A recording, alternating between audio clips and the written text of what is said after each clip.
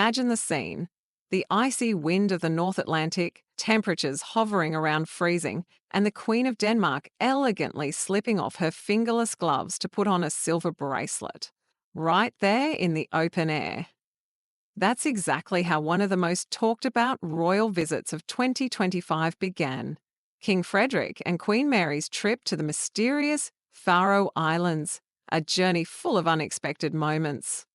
The first surprise for their subjects came even before the royal yacht Dannebrog docked. 14-year-old Princess Josephine appeared alongside her parents, although technically she was supposed to be sitting at a school desk. But the most intriguing detail, she was the only one in the royal family not wearing the traditional Faroese costume. And there's a touching reason behind that. You see, the first time Josephine visited the Faroe Islands was back in 2018, when she was just 7 years old.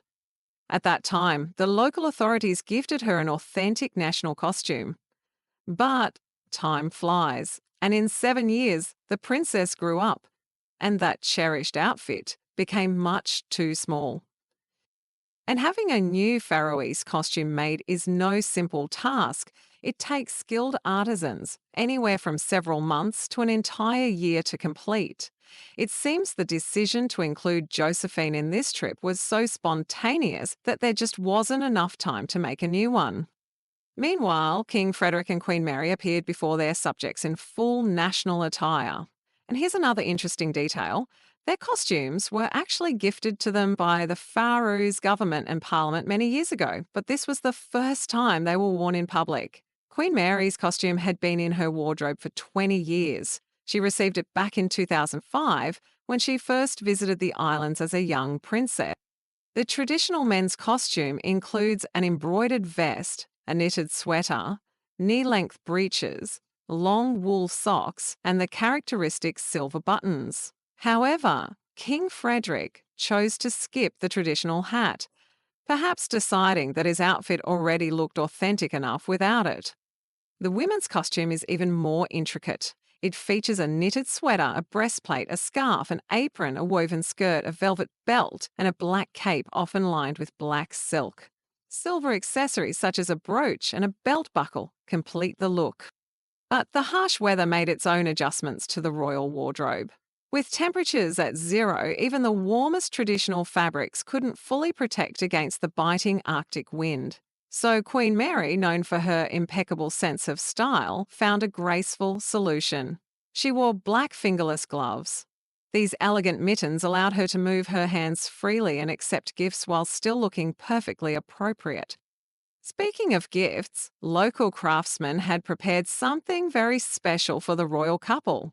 Silver cufflinks for the king and a delicate bracelet for the queen, both crafted by the family-run company Niels L. Arge. These pieces of jewelry carry deep symbolism, reflecting the royal family's lineage and the heritage of the islands. Upon receiving the bracelet, Queen Mary immediately took off one glove and slipped it onto her wrist, a gesture that deeply touched the local people.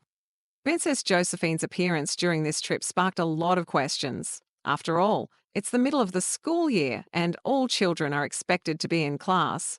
What made it even more curious was that her twin brother, Prince Vincent, stayed home. The explanation turned out to be simple. Although the twins are in the same grade, they attend different schools. Josephine recently transferred to the private Kildegard school, while Vincent remained at Tranegard school. Apparently, it's easier to get permission for an absence at Kildegard, especially for a family event of this importance. The Faroe Islands hold a unique place within the Danish kingdom. 18 islands and 11 islets scattered between Scotland and Iceland, with a total population of just 54,000 people. 20,000 of them live in the capital, Tórshavn, a city with a rich history and stunning architecture. For King Frederik, this visit held special significance. He only ascended the throne a year ago, in January of 2024, following the unexpected abdication of his mother, Queen Margrethe. From the very beginning of his reign, the new king set a goal to visit every part of his realm. He successfully toured Greenland in June of 2024, but the Faroe Islands visit had to be postponed. Now, a year later, that dream finally came true. the 3-day program was packed. The royal family arrived the day before the official schedule began to enjoy a private day in nature. They went on a hike across the picturesque island of Kultur.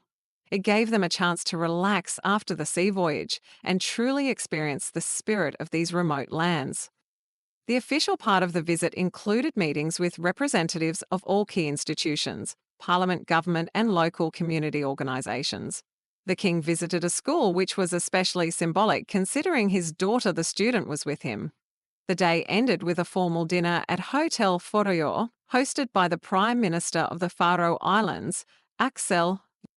The warm reception from the islanders made it clear just how meaningful such royal visits are for maintaining the unity of the kingdom.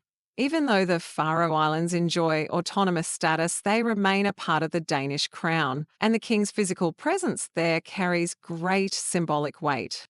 Princess Josephine, though not in traditional costumes, still made an effort to blend in. She wore red tones in her outfit that echoed elements from her parents' attire, along with a warm coat and gloves, a practical choice for the Arctic weather. The locals greeted the young princess with special warmth, and she clearly enjoyed the attention and the new experiences.